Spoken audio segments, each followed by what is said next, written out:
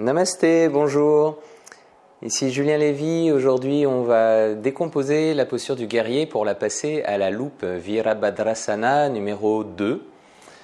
C'est cette posture-ci.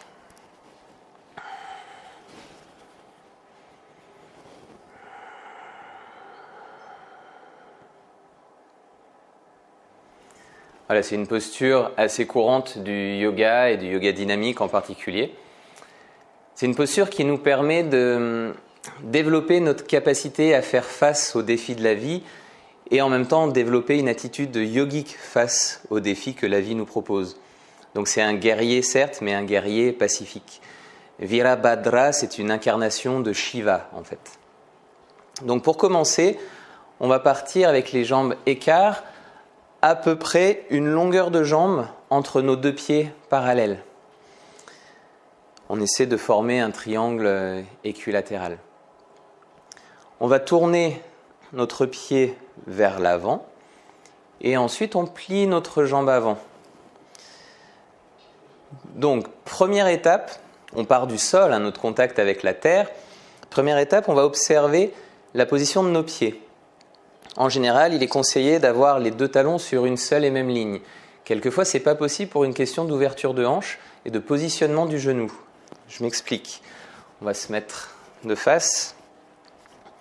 Regardez, si j'ai les deux pieds sur une seule et même ligne, les deux talons, il se peut qu'en fonction de l'ouverture de hanche, mon genou avant tombe vers l'intérieur. Peut-être que vous vous êtes rendu compte de ça dans les cours.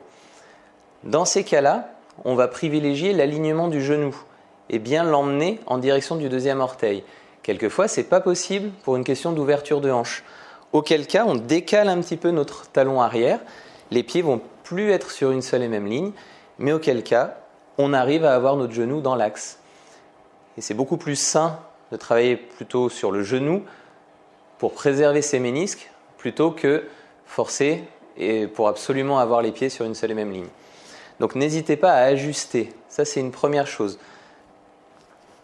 Je me remets dans le bon axe. Donc à peu près une longueur de jambe, tourne le pied et on plie. Ça c'est pour la distance. Ensuite le pied arrière, eh bien lui il est soit à la perpendiculaire à angle droit avec le pied avant, soit légèrement tourné vers l'avant, en fonction de ce qui est possible pour vous. L'important est de pouvoir prendre appui sur la tranche externe du pied arrière pour dynamiser la jambe arrière et sentir qu'on a un bon appui, pas uniquement sur la jambe avant. Et ensuite, on va prendre appui sur notre jambe avant également pour que notre triangle se rejoigne au centre.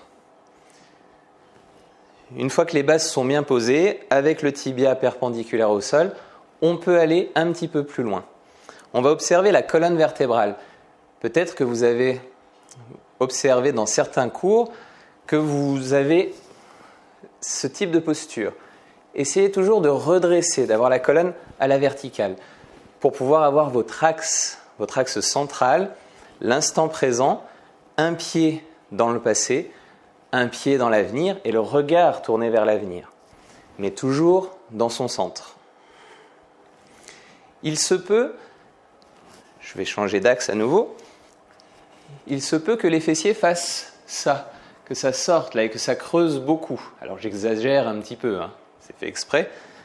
Dans ces cas-là, essayez de rentrer un petit peu là pour ramener le bassin dans sa position neutre plutôt que d'exagérer l'antéversion. On ramène légèrement. Alors c'est pas non plus une rétroversion totale parce que sinon ça ne fonctionne pas au niveau du bassin. Donc ça c'est un autre élément à aller vérifier. La position de notre bassin neutre, colonne vertébrale verticale et courbure physiologique. Et ensuite, depuis le centre du cœur, on va aller dans une expansion pour étirer les bras. Les deux bras sont parallèles. Alors quelquefois, le bras tombe derrière. On essaie de garder les bras bien parallèles. Idéalement, les doigts serrés pour dynamiser. Et on va prendre notre énergie depuis le centre et on va la diffuser dans nos bras en cherchant à aller toucher des murs imaginaires derrière, devant, en gardant toujours notre axe. Les épaules restent basses. Il arrive que les épaules montent. On descend bien les épaules. Et ensuite, on tourne la tête le regard dans l'axe de notre majeur. Alors on ne veut pas non plus creuser la nuque, on s'auto-grandit vers le ciel. Et à partir de là, on peut trouver 3 à 5 respirations dans la posture et puis ensuite changer de côté, soit directement, soit avec un vinyasa. Voilà pour toutes les étapes, toujours partir du sol jusqu'au sommet de la tête. Je vous souhaite une bonne pratique dans la posture du guerrier numéro 2. Namasté.